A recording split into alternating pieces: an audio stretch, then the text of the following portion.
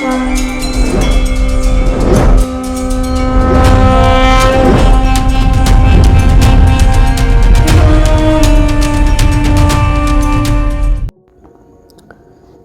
श्री सद्गुरुदेव की जय।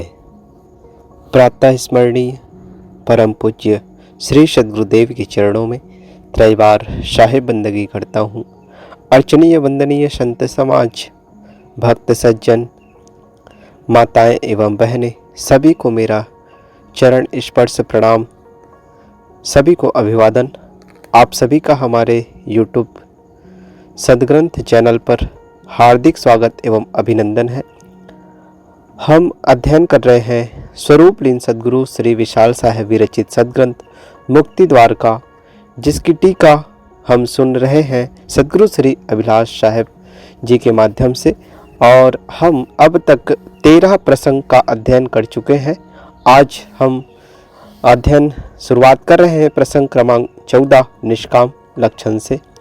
तो आगे बढ़ते हैं निष्काम लक्षण की पद की ओर। काम विवश नर नारी को दुख में देते डारी, आप भी कहते ही साथ में सकल सवशता हारी।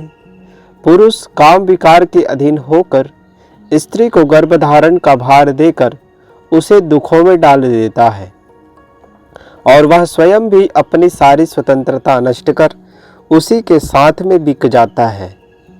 व्याख्या: काम एक मनोविकार है। भोगों को भोगने से उसकी निवृत्ति नहीं होती, किंतु भोगों से विरत होकर सत्य असत्य के विवेक उदय होने पर उसकी निवृत्ति होती है। साधारणतया मनुष्य विवेक मार्ग में न लगकर काम अंधकार में पड़ जाता है और वह अपने तथा दूसरे को परतंत्रता की बेड़ी में बांध देता है।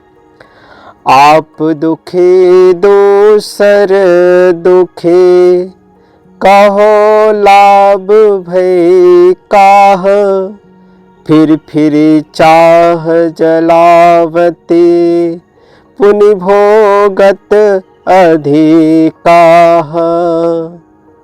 टीका: काम विकार में पड़कर स्वयं दुखी हुए और दूसरी स्त्री को भी दुखी किए। कहो इसमें किसका लाभ हुआ?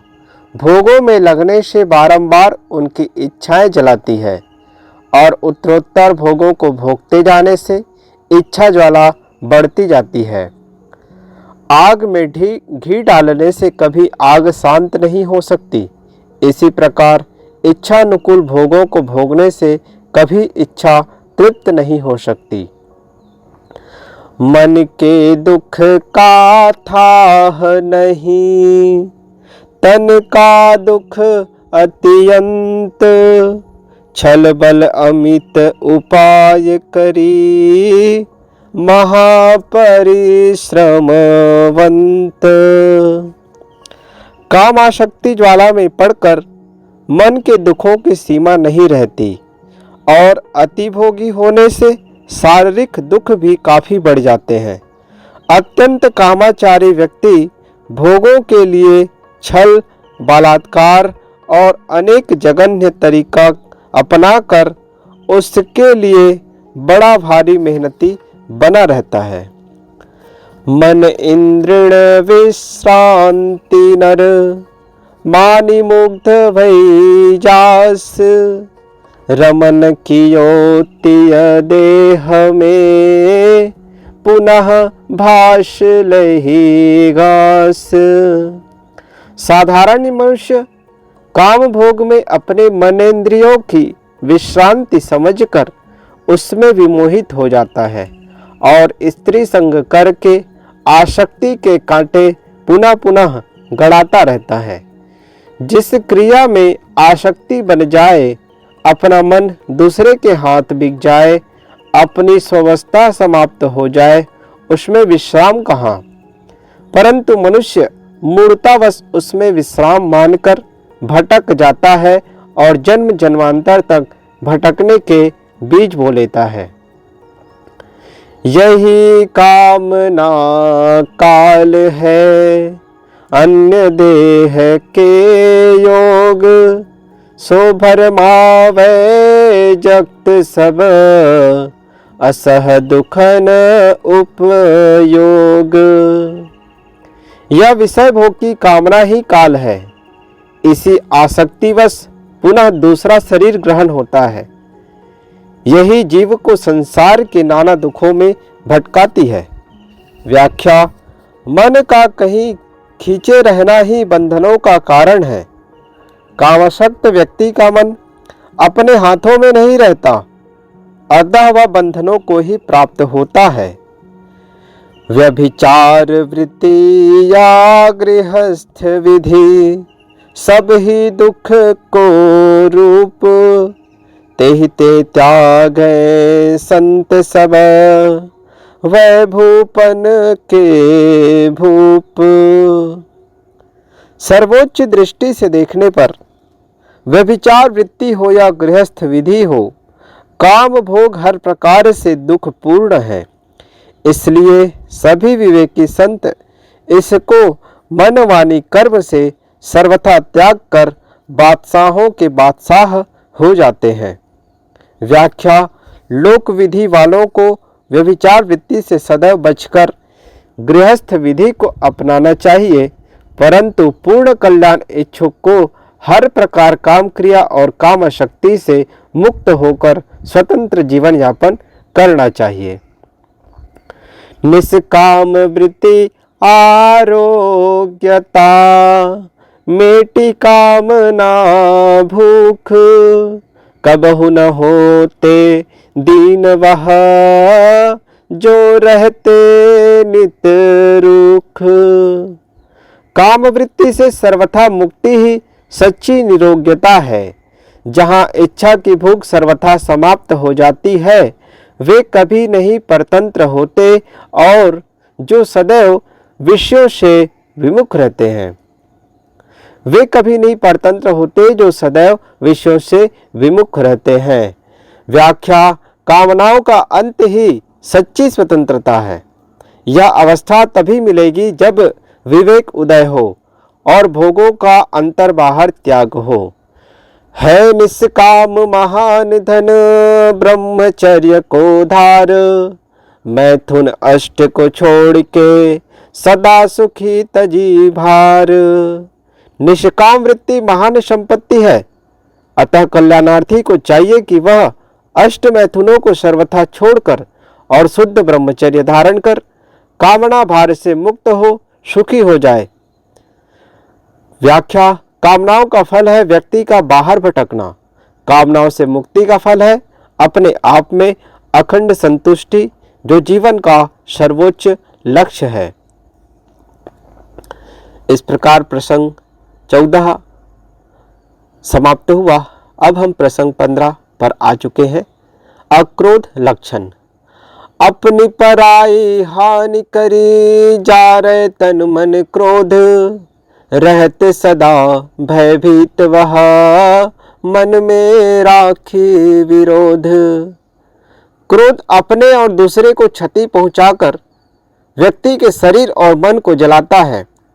जो व्यक्ति अपने मन में किसी का वैर रखता है वह सदैव भयभीत रहता है। क्रोध आने पर बुद्धि मारी जाती है, खून खौल जाता है और मनुष्य किंग कर्तव्य विमूढ़ हो जाता है। क्रोध और वैर बांधने का परिणाम है दूसरे को भय देना और स्वयं भय से पूर्ण रहना।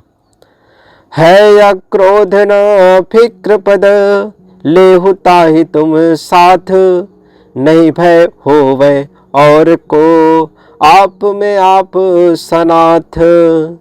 क्रोध एवं वैर से रहित रहने पर निश्चिंतता की स्थिति उत्पन्न होती है। हे कल्याणेच्छुक, तुम निष्क्रोधता को अपने साथ रखो, फिर तुम्हारे द्वारा दूसरे को भय नहीं होगा और तुम अपने आप में कृतार्थ हो जाओगे। व्याख्या: जिसके हृदय में वैर नहीं होगा वह किसी पर क्रोध नहीं करेगा। जो वैर और क्रोध से मुक्त हो जाएगा वह न दूसरे को भय तथा उद्वेग देगा और न दूसरे द्वारा भय तथा उद्वेग पाएगा। उसकी दृष्टि में प्राणी मात्र प्रिय होंगे और वह चित्त से प्रशांत होगा। कहीं सुनी कै ना भंग करूं, कबहु किसी को मान, अंतःकरण मलिन हवै, वही भाव के ध्यान। कोई अयुक्त बात कह सुनकर किसी के सम्मान को धक्का मत पहुंचाओ, अन्यथा हृदय अशुद्ध होगा और गंदे भाव का ध्यान तुम्हें बारंबार होगा, अथवा तुम्हारी अनुचित क्रिया के भाव का ध्यान उसे बारंबार होगा। व्याख्या: जानबूझकर कोई ऐसी बात मत कहो जो दूसरे को दुखदाई हो, और ऐसी बात कोई कह रहा है तो उसे मत सुनो जिससे वैर बढ़े, क्रोध बढ़े तथा आपस में तनाव हो। ऐसे सारे कर्तव्यों का सर्वथा परित्याग कर दो। दुखी है तू दुख को रचे, तेरे सिर पर वैस, यही ते सच्ची शांति गही, और उपाय न तैस। तुम्हारे वचन और कर्म से यदि कोई दुखी हुआ तो वह दुखी होने के कारण तुम्हें दुख देने के लिए अपना कार्यक्रम बनाएगा। अतएव अपने और दूसरे के हित के लिए सच्ची शांति ग्रहण करना ही रास्ता है, अन्य उपाय नहीं है। व्याख्या: वैर से वैर कभी मिटता नहीं, प्रेम से ही वैर मिटता है। घृणा, वैर तथा क्रोध फैलाओगे तो जीवन दुखों से भर जाएगा, अतः केवल प्रेम और सद्गुण फैलाओ। हिंसा ते छुट्टी मिले, निज हिंसा दुख दूर, सच्चे ज्ञान को फल है, निज पर को दुख दूर। वैर छोड़ देने से हिंसा करने की पाप प्रवृत्ति से छुट्टी मिल जाएगी, और विरोध में पड़कर जो अपनी हिंसा व क्षति होती है उसका दुख भी समाप्त हो जाएगा। सत्य ज्ञान का यही फल ही है कि अपने और पराये का दुख दूर हो। व्याख्या: वैर और क्रोध का रास्ता अपने और दूसरे के लिए भयपूर्ण और कष्टप्रद है, तथा क्षमा, प्रेम और सहनशीलता का रास्ता सबके लिए निर्भय और सुखप्रद है। यह क्रोध स्वरूप यह रहे सुजहि के पास, तही को दुख दारिद्र गो, संसृत को नहीं त्रास। यह अक्रोध का लक्षण जिसके पास रहता है उसके दुख दारिद्र्य नष्ट हो जाते हैं और उसे संसार पीड़ा नहीं दे पाता। व्याख्या: क्रोध की जड़ अहंकार और कामना है। जो अहंकार कामना को जीत लेगा उसे लोभ भी नहीं होगा, अतः जिसने क्रोध जीत लिया वह पहले ही अहंकार, कामना और लोभ को जीत लिया है। ऐसा व्यक्ति जन्म मरण से मुक्त ही है। स्वार्थ रहित अक्रोध यह परमार्थ को कोस, मनुष्य मात्र को भय हरे, जो यही बसे परोस। यह अक्रोध सद्गुण परमार्थ का खजाना है, इसलिए यह उसके जीवन में विराजेगा जिसने स्वयं को स्वार्थ कामना से ऊपर उठा लिया है।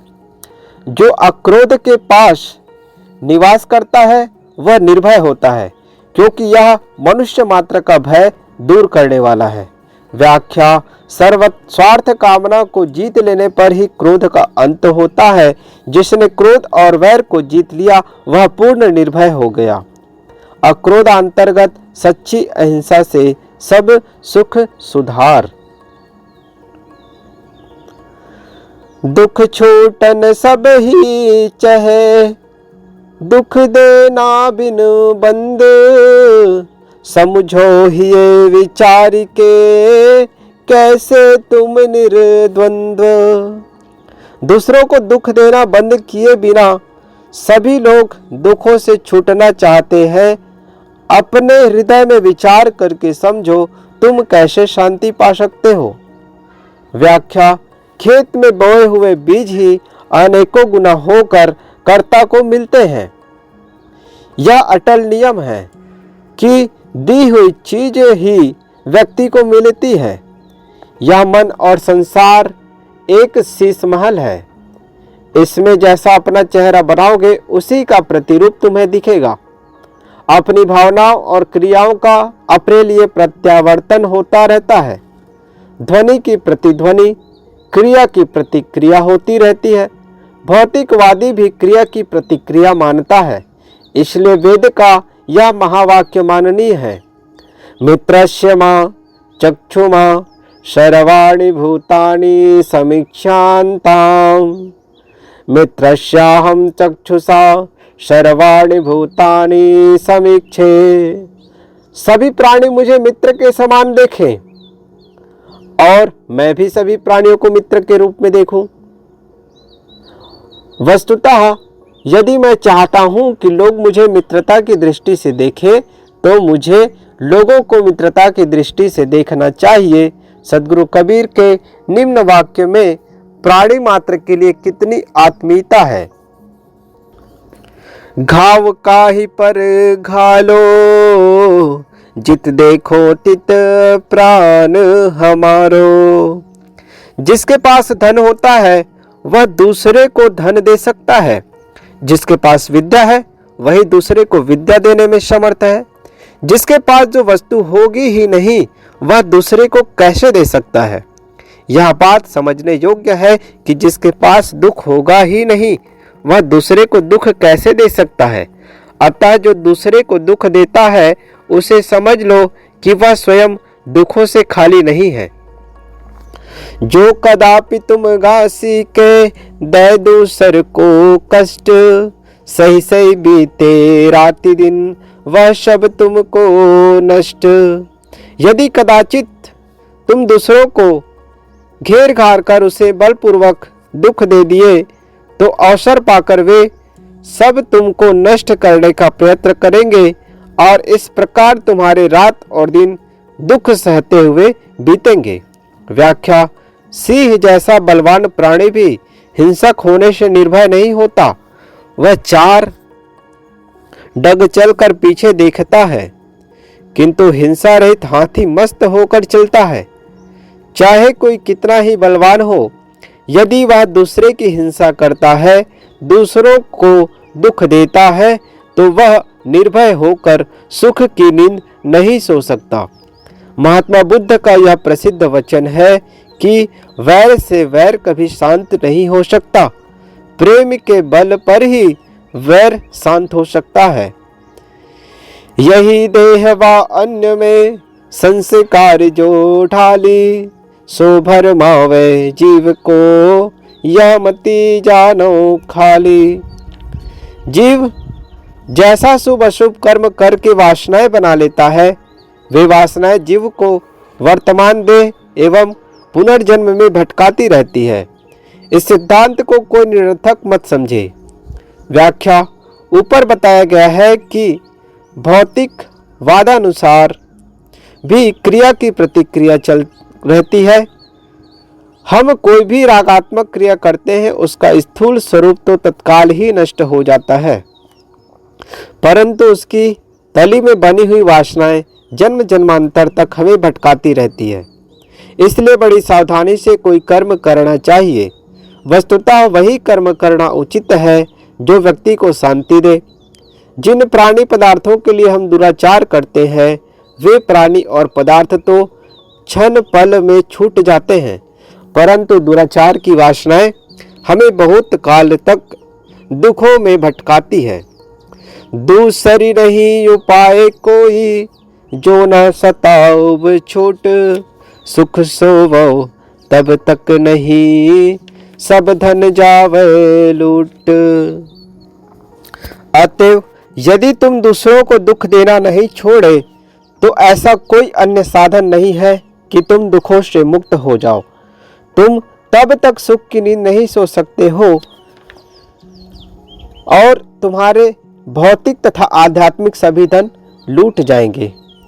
व्याख्या: जब तक व्यक्ति दूसरों को दुख देता रहता है या दूसरों को दुखी देखना चाहता है, तब तक वह स्वयं दुख मुक्त नहीं हो सकता। अहिंसा के अतिरिक्त दुखों से छूटने का कोई रास्ता ही नहीं है। यदि शांति एवं मोक्ष साध्य है तो अहिंसा साधन है। वैर, विरोध तथा पर पीड़न करने वाले व्यक्ति का धर्म रूपी धन तो नष्ट हो ही जाता है, उसके भौतिक धन का भी अपव्यय होता है और विनाश भी हो जाता है। सत्संगति सद्ग्रंथ फल, तन मन साधि अखंड, सबको फल दुख देन तजी, गुरु मत राखी अदंड। सत्संग करने और सद्ग्रंथ पढ़ने का परिणाम होना चाहिए शरीर और मन को पूर्णतः साध लेना, और इन सभी का परिणाम होना चाहिए दूसरे को दुख देने की वासना क्रिया का सर्वथा त्याग, और गुरु का अहिंसा सिद्धांत रखकर किसी को पीड़ा न पहुंचाना। व्याख्या: जब तक जीवन में अहिंसा का पूर्ण उदय नहीं हुआ तब तक अपनी साधना अधूरी समझनी चाहिए। जिसके मन में किसी के लिए वैर नहीं रह जाता, अर्थात जिसके मन में पूर्ण अहिंसा की प्रतिष्ठा हो जाती है, उसके जीवन से दुखों की समाप्ति हो जाती है। पतंजलि जी कहते हैं, अहिंसा प्रतिष्ठायाम तत्सन्निसीधो वैरत्यागः, अर्थात जिसमें अहिंसा की पूर्ण प्रतिष्ठा हो जाती है उसके पास दूसरे प्राणी भी वैर त्याग देते हैं।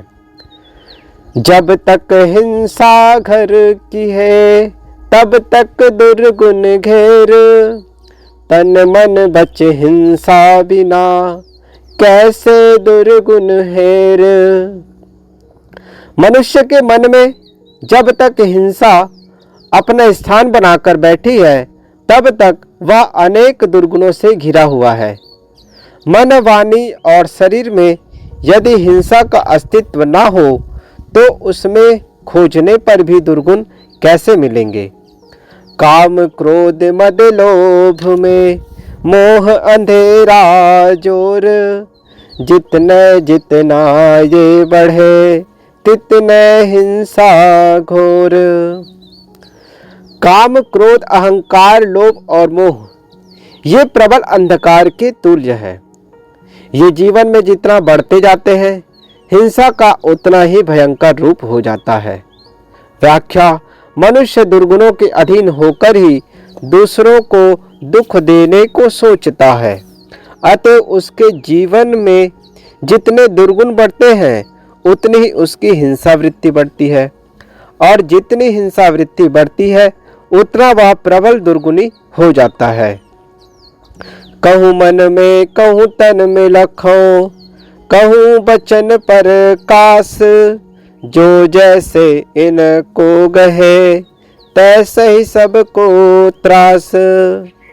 मनुष्य के भीतर में रही हुई हिंसा वृत्ति कभी तो मन में ही प्रकट होकर रह जाती है और कभी वाणी में आ जाती है और कभी शरीर में प्रकट होकर तांडव करती है। इसी प्रकार काम आदि दुर्गुणों की भी दशा है। जो व्यक्ति जिस प्रकार इन हिंसा आदि दोषों को ग्रहण करता है उसी प्रकार अन्य को पीड़ा देता है और अन्य से तथा अपनी वासनाओं से वह स्वयं पीड़ा पाता है। व्याख्या: मन में रही हुई वासना दृढ़ होती है, जब वह वाणी में आ जाती है तब दृढ़तर हो जाती है और कर्मों में आकर उसका रूप दृढ़तम हो जाता है। बुरी वासना तथा क्रिया से अपना तथा दूसरे का अहित होता है और अच्छी वासना एवं क्रिया से अपना तथा दूसरे का हित होता है, कल्याण होता है। पहले अपना नष्ट भय पाछे अन्य को नष्ट, यह निश्चय मन में धरे कबहु न होवे भ्रष्ट। हिंसा वृत्ति वाला मनुष्य पहले स्वयं जल भून कर पतित हो जाता है और पीछे दूसरे की हानि व हत्या करके उसे नष्ट करता है। हिंसा से अपने और पराये का पतन होता है। यदि मनुष्य अपने हृदय में यह निश्चय कर ले तो वह कभी पतित हिंसा मार्ग में नहीं पड़ेगा। व्याख्या: वैर, विरोध, हिंसा, हत्या आदि दुराचार अपने जीवन में आने से मनुष्य घोर अंधकार में पड़ जाता है। वह स्वयं जलता है और दूसरे को भी जलाता है। इस प्रकार उसको कभी शांति नहीं मिलती। जो इस खतरे को समझकर उससे सर्वथा दूर हो जाता है वह सुख की नींद सोता है। इस प्रकार प्रसंग 15 अक्रोध लक्षण पूर्ण हुआ। आगे हम अध्ययन करेंगे प्रसंग 16 निर्लोभ लक्षण का